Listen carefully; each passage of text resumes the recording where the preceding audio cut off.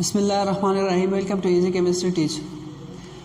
Previous lecture में हमने discuss किया था कि थर्ड रेस की डिस्कवरी और इसके प्रॉपर्टीज़ को। ठीक है, आज हम पढ़ेंगे determination of charge to mass ratio of electron के। इलेक्ट्रॉन का जो चार्ज टू मास रेशो वो किस तरह डिटरमाइन हुआ और किसने डिटरमाइन किया। ठीक है, तो स्टार्ट करते हैं कि किस तरह charge to mass ratio of electron determine हुआ है, कितना था। ठीक है, तो जे थॉमसन ने इस तरह किया कि चार्ज टू मास रेशो को डिटरमाइन करने के लिए उसने डिस्चार्ज ट्यूब लिया और इस डिस्चार्ज ट्यूब को इस मरतबा क्या किया, थोड़ा और मॉडिफाई किया। मॉडिफाई किस तरह किया कि यहाँ पे उसको एक डिटेक्टर लगाया, मैग्नेटिक फील्ड का यूज़ किया, इलेक्ट्रिक फील्ड का यूज़ किया। ठीक है, और जो इलेक्ट्रोड था एनोड को दरमियान में लगाया। ठीक है, और ये क्यों लगाया ये मैं समझाता हूँ। ठीक है, ये तो सारा वो प्रीवियस जो जिस तरह सेटअप था वही है, लेकिन यहाँ पे मॉडिफिकेशन आया है कि जो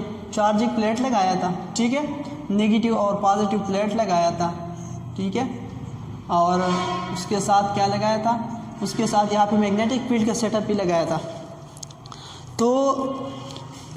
तो यहाँ से हमें पता है कि रेस क्या होता है, प्रोड्यूस होता है, लेकिन इसमें एक स्लेट था, ठीक है, जिससे ये रेस पास हो सकता है। ठीक है, लेकिन यहाँ पे उसने इस तरह किया था कि दो फील्ड भी लगाया था, मैग्नेटिक फील्ड और इलेक्ट्रिक फील्ड को भी लगाया था। ठीक है, जैसा मैग्नेटिक फील्ड और इलेक्ट्रिक फील्ड जब दोनों आपता तो ये एक पॉइंट पे डिटेक्टर पे एक पॉइंट पे डिटेक्ट हुआ, जिस पॉइंट को मैंने क्या नाम दिया, P1 का। ठीक है,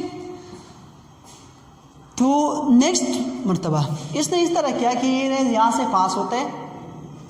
जैसा उसने इलेक्ट्रिक फील्ड को ऑन किया, जैसा इसने इलेक्ट्रिक फील्ड को ऑन किया तो ये रेज डिफ्लेक्ट हुआ यहाँ पे। ठीक है, इस पॉइंट को मैं नाम देता हूँ P2 का। कहाँ पे डिटेक्ट हुआ, डिटेक्टर में P2 पॉइंट पे डिटेक्ट हुआ। जैसा उसने इलेक्ट्रिक फील्ड को क्या किया, इलेक्ट्रिक फील्ड को दोबारा बंद किया और इसको मैग्नेटिक फील्ड को ऑन किया। जैसे मैग्नेटिक फील्ड को ऑन किया तो ये जो रेज था ये डिटेक्ट हुआ किस पॉइंट पे, P3 पॉइंट पे। ठीक है, तो जब इलेक्ट्रिक फील्ड ऑन था तो पॉजिटिव प्लेट की वजह से ये रेज डिफ्लेक्ट हुआ P2 की साइड पे। ठीक है, जैसा उसने इलेक्ट्रिक फील्ड को बंद किया और मैग्नेटिक फील्ड को ऑन किया तो मैग्नेटिक फील्ड से ये रेज डिटेक्ट हुआ कहाँ पे, P3 पॉइंट पे। हमें पता है कि जो मैग्नेटिक फील्ड होता है ना, मैग्नेटिक फील्ड में चार्जिंग बॉडी क्या करता है, ये रोटेट करता है। जैसे ये जो रेज था वो बैंड होके कहाँ पे आ गया, P3 पे डिटेक्ट हुआ। ठीक है, तो कि दोनों फील्ड को ऑन किया, किस चीज़ को, दोनों फील्ड को ऑन किया और दोनों फील्ड को इस तरह बैलेंस किया, काउंटर बैलेंस किया कि ये रेस दोबारा आ गए कहाँ पे, P1 पे। ठीक है, तो इस सेटअप से उसने डिटरमाइन किया charge to mass ratio of electron. ठीक है, ये किस तरह डिटरमाइन किया, यहाँ पे मैग्नेटिक और इलेक्ट्रिक फील्ड की वजह से जो डिफ्लेक्शन शो हो रहा था किससे, अपने रास्ते से, बोले हो सकते हैं जो एंगुलर मोमेंटम होते हैं mv² डिवाइड बाई r, ये बराबर हो गया किस चीज़ के, मैग्नेटिक फील्ड जो है यहाँ पे हमने सेटअप की और वोल्टेज जो हमने अप्लाई किया इस प्लेट को। दूसरा जो चार्ज ऑन इलेक्ट्रॉन है, इलेक्ट्रॉन पे चार्ज है तो इस वजह से क्या होता है, डिफ्लेक्ट होता है। अगर इस पे चार्ज नहीं होता तो ये डिफ्लेक्ट नहीं हो सकता। तो यहाँ पे क्या है, r है हमारे पास रेडियस, जो ये इलेक्ट्रॉन क्या होता है सर्कुलर पाथ में सर्कुलर पाथ बनाता था। ठीक है, रेडियस ऑफ सर्कुलर पाथ। ठीक है, जो v है ये मास ऑफ इलेक्ट्रॉन, जो आवर है मास ऑफ इलेक्ट्रॉन हो गया, v वेलोसिटी हो गया, वेलोसिटी ऑफ इलेक्ट्रॉन। ठीक है, इसके जो B है, B हमारे पास है मैग्नेटिक फील्ड का स्ट्रेंथ, मैग्नेटिक फील्ड। ठीक है, मैग्नेटिक फील्ड जो V है ये वोल्टेज है, E charge on electron, E जो है ये क्या है, ये है चार्ज ऑन इलेक्ट्रॉन।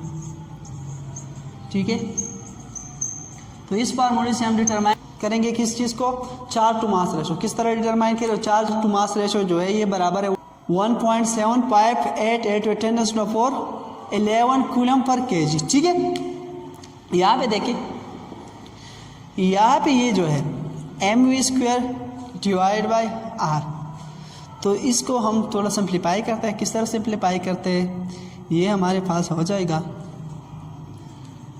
mv को इस यहाँ पे e को अकेला छोड़ता है और इस v यहाँ पे शिफ्ट करते हैं। ठीक है, तो ये हो जाएगा हमारे पास m into v² divide by r into v, और v ये हो जाएगा किस चीज़ के बराबर, e के बराबर हो जाएगा। ठीक है, तो यहाँ पे जो v है v² के साथ कैंसल, और ये बन जाएगा हमारे पास e is equal to v² m into r b।